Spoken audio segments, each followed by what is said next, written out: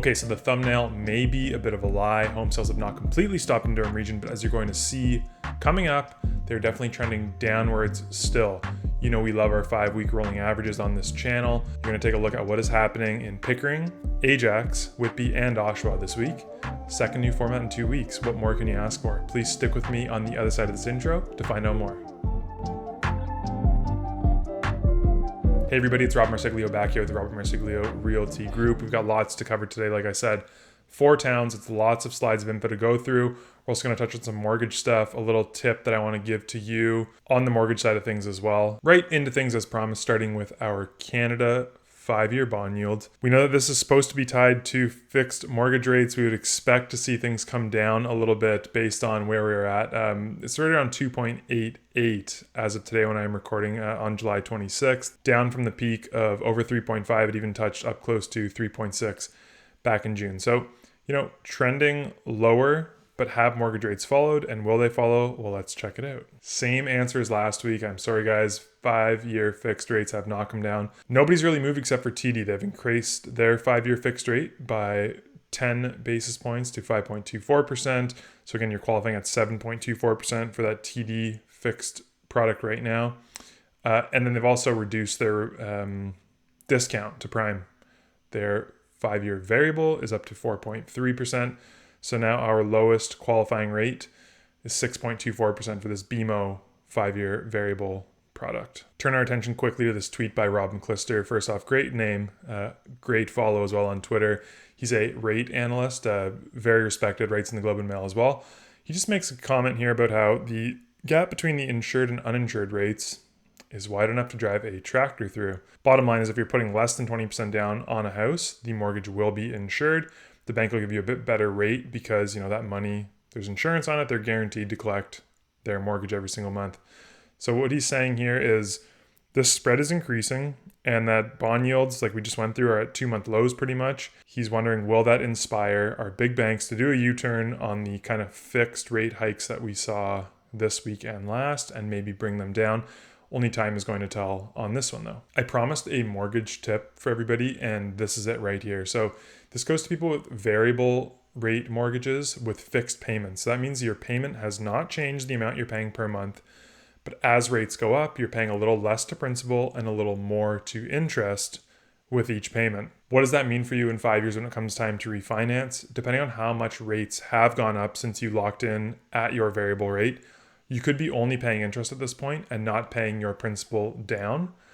It gets to a point where the payment amount won't even be enough to cover the interest portion of a payment though. And it'll cause a trigger rate to happen from the bank where they will come to you and they will try to kind of rework your mortgage, rework your payments with you.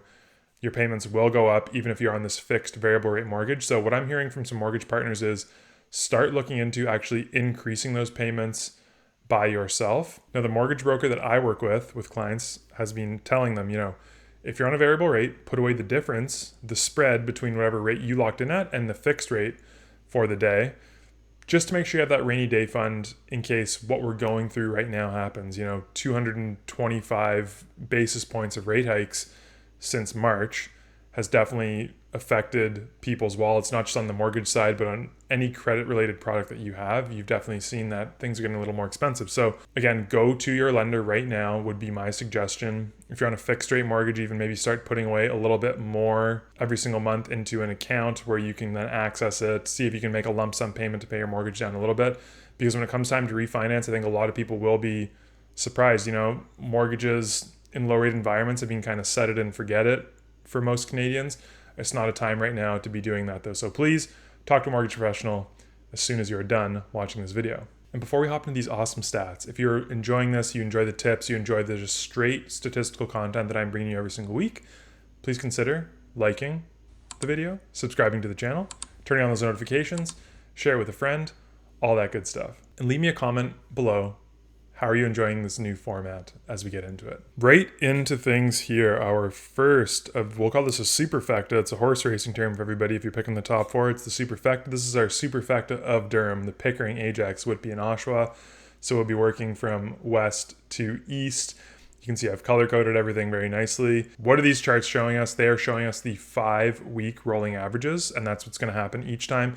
At the top of each chart, I've also kind of put what happened this past week. We're talking July 17th to 23rd this week, as well as what is the 5-week rolling average. So you can kind of compare where are we at this week versus what we've been trending the last 5 weeks. On at least the listing side, everything is trending downward still. All of the activity from this week, with the exception of Whitby having a little bit of a spike, is pulling down the 5-week rolling average. Nothing concerning or out of the ordinary here, though. When it comes to volume of detached home sales, this is how it usually shakes out in Durham Region. Oshawa does the most transactions. Whitby will have the next most. Ajax usually has more than Pickering. You can see that they've kind of crisscrossed lately here, but this is how it usually shakes out. Everything trending downwards. I put out a little short as well a while ago about, new listings and how we shouldn't be too focused on the number itself. It's good to show trends, I guess, but in terms of how inflated are these listing numbers, what you're looking at here is the total number of new listings for the month of June. You're also looking at the total number of relists in each area for the month of June. So you can see that of the 363 new listings we had last month, 118 of them, or 32.5%, were relists in Whitby. And you can kind of do that exercise for each of the cities we're looking at. So Ajax, 31% were relists. Oshawa, about 30%. Pickering, about 29% were relists. So take these listing numbers with a grain of salt as we go forward, and just, know to reduce the number by, assume around 30% are going to be relists in each case. As a note, historically, the relist average going back to at least 2012 across the GTA, again, broad stroke, but it's around 16%. So we are kind of approaching or at double the amount of relists that we would see in any given year. This number has trended higher in the last 5 years. I'd say it's trended higher than 16%, but again, going back, that 10-year average is right around 16%. How about our sales numbers? And again, getting back to our fancy thumbnail we made, you can see everything is trending downwards. Pickering seemed to have a bit of a resurgence in terms of activity. Going back to the end of April, sales are almost increasing every 5 weeks. But as of the end of June into July, we are starting to see that slow down as well. Nobody is escaping the pain of these rate hikes. Our median sale price, 3 of the 4 are still sitting above $1 million for median sale price over the last 5 weeks, Oshawa being the exception, but we're seeing, Ajax dipping down below $1 million on the detached side. Whitby did the same thing. Last week it was. Oshawa's been cruising below $1 million since, middle of April, end of April now, but something to keep an eye on. And again, just for some context in terms of where is the most expensive market that we are analyzing, that we're looking at today, you can see Pickering is always a little more expensive than Ajax and Whitby on the detached side, which usually kind of move together. All 4 markets really move together. It's just at different volumes, at different price points. And then Oshawa is always kind of lagging in the price points. And just think of this, closer to the city of Toronto would be Pickering, a little more desirable for the commuter, a little less of a commute, maybe a little bit more of a premium to buy in Pickering. Makes sense. Ajax and Whitby right next to each other, a little less. And then Oshawa would be the furthest commute in, a little less expensive there as well. Our days on market, again, just want to highlight this to show you what the trend is, and everybody is trending to longer days on market. Again, another caveat, I'm using listing days on market here. So you can see, 21 days in Pickering this past week, 18 in Ajax, 10 in Whitby, and 11 in Oshawa for the listing days on market. But stay tuned for this next slide. This is our listing days on market versus our property days on market. So again, this is for the month of June, and this is the total listing days on market.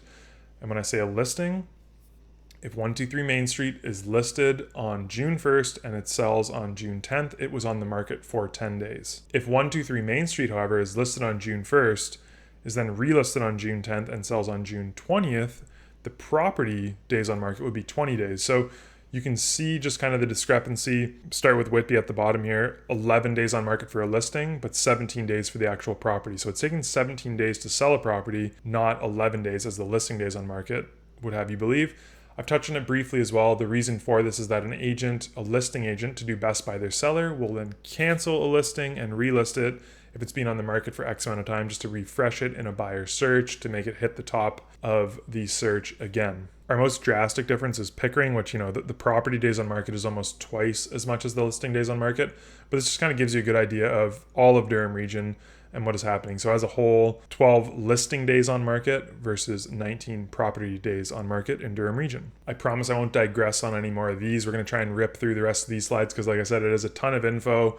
If I'm going a little too fast, you have the magic of that pause button, so please feel free to pause the video just to take note of what is going on in any of the market segments that are interesting you. On to our semis, and if you followed my Whitby videos going way back, you'll know that kind of semis make up a very small segment of the market. In Whitby, it's the same as in Pickering, and honestly, it is the same as in Ajax. Oshawa is the one that has a somewhat significant semi-detached market, and you can see this from the listing numbers. They stayed high actually for quite some time, but have started to fall off as of the end of June, whereas the other three markets have kind of been fizzling below 5 in any given week for quite some time now. Same thing with our sales.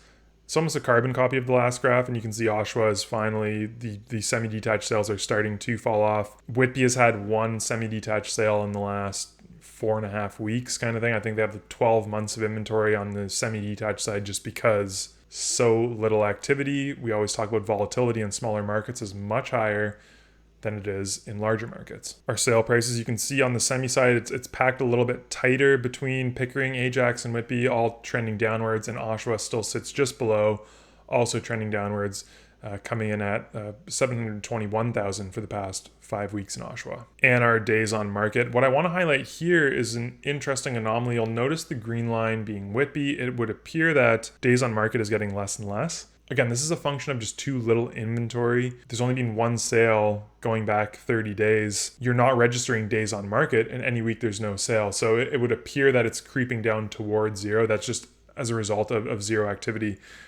Everything else here, if you're trying to take trend of semi-detached homes and how long they're sitting on the market, I would follow this Oshawa line, the black line. Again, that's where the most activity is happening, and that's where you can see kind of a definite slow upward trend going back to the end of March. On to our townhomes, and this green line from Whitby is, it's really messing with my my words up top here.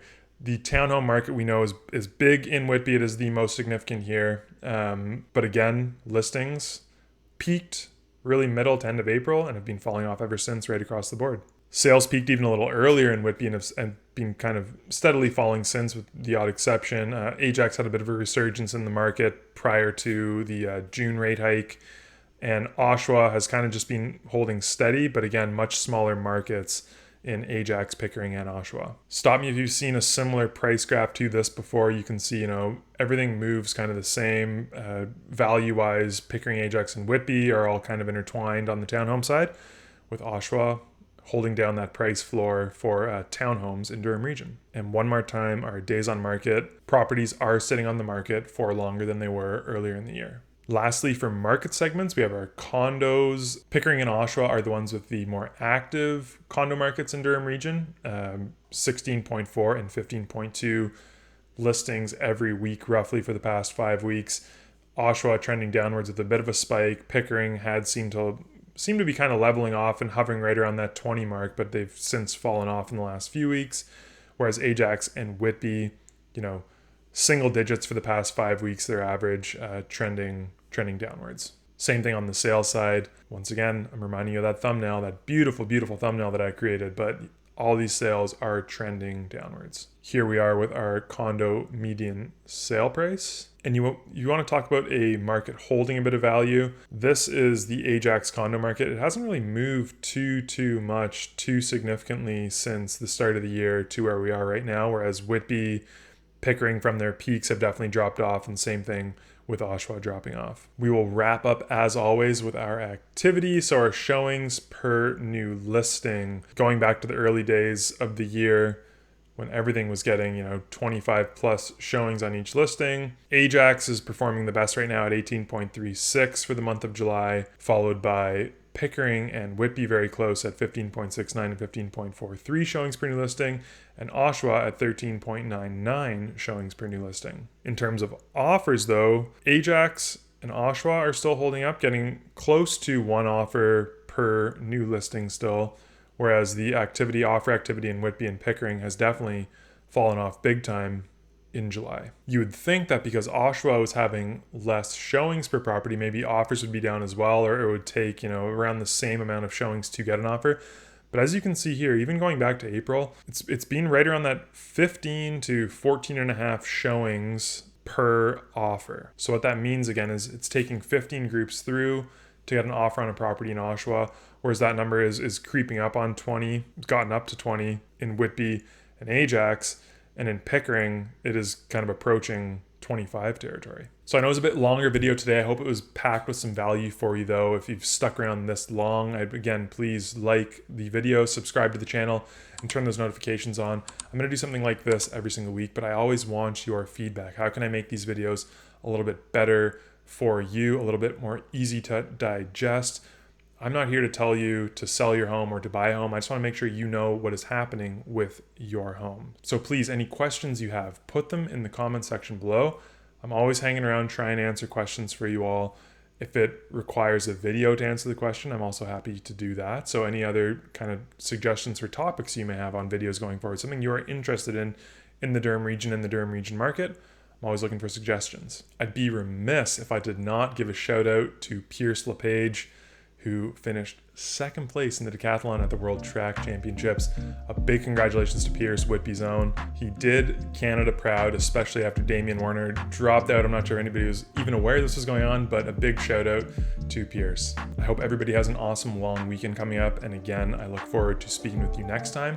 Until we chat again, until I bring you some more value like this, please stay safe and cheers.